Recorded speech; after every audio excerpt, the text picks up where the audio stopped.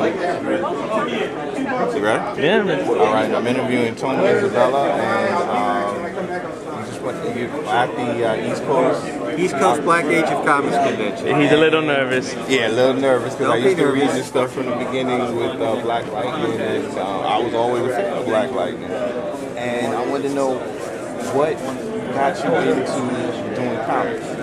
I learned to read from comics, and in the mid-'60s, it suddenly hit me that people got paid for making comic books, and I said, I want that.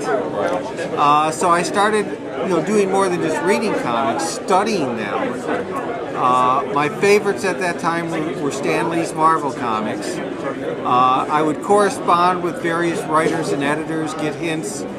And eventually there was a job opening at Marvel that was suited for my minimal talents.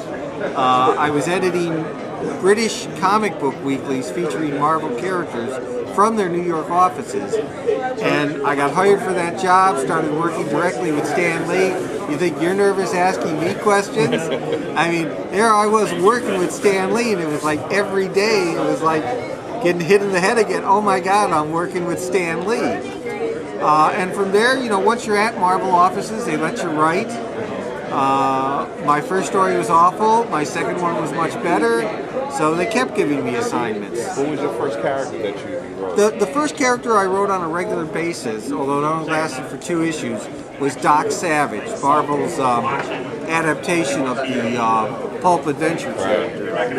But for Marvel, I wrote It the Living Colossus, Ghost Rider, The Champions, Daredevil, Captain America, The Living Mummy, Man-Thing. I mean, I pretty much wrote every Marvel character at one time or another, even if it was only for an issue here or there. And when did you go to DC? I went to DC in 1976, I believe. Things were changing at Marvel. It wasn't as much fun. DC had a new publisher. They were talking a much better fight than they ever actually fought. So I went over to DC. So what brought about the character of Black Lightning? Well, Black Lightning, basically Black Lightning stems from my sense of fairness.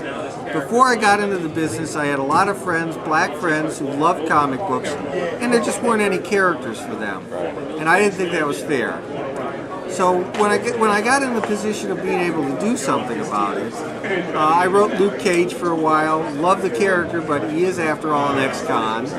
The Falcon was an ex-con. The Black Panther was a king, and I just felt there should be something that kids could relate to a little better. Well, when I got to DC, they had a black superhero project going that was just horrible and offensive. It was a character called the Black Bomber, who was a white bigot, took place in camouflage experiments during the Vietnam War to help him, swear to God, blend into the jungle better. When he got stateside, the effects started showing up. In times of stress, he would basically turn into the Incredible Negro, a superpowered black guy. He had no knowledge that he became this other person. In each of the 2 issues that they had scripts for that were never published, he saved someone as a white bigot. He saved somebody that he can't see clearly, discovers that he saved a black person, and again, this is a quote, "You mean I risked my life to save a jungle bunny?" And just to top it off, his uniform looked like a basketball uniform. Okay. DC wanted to publish this comic. They wanted me to fix up these 2 scripts and then take it over. Okay, again. Let's stop for a minute. Beginning at 1 o'clock. Beginning at 1 o'clock, we have a STARS workshop for the youth on comic book writing, and that will be led by Alex Simmons in the Declaration Room. Also, continue from the last hour, we have Michendo still working on coloring on the computer. Very intensive adult-style professional workshop, and that's in room Independence B. And we have panel on artists in this room right here, and that's going to be led by Jerry Kraft, and that panel is the process of art. And of course, we have Diamond in the Sky, presented by Diamond Entertainment, a story of friendship and decision making and the consequences of those decisions that we make.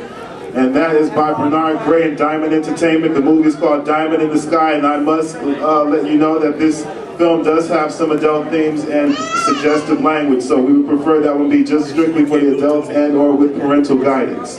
Again, Diamond in the Sky, presented by Diamond Entertainment in conjunction with Bernard Gray, and that film... For more Tony, you can check out Tony's online tips at worldfamouscomics.com/Tony/. Thanks for your time, Tony, and listen to part 2.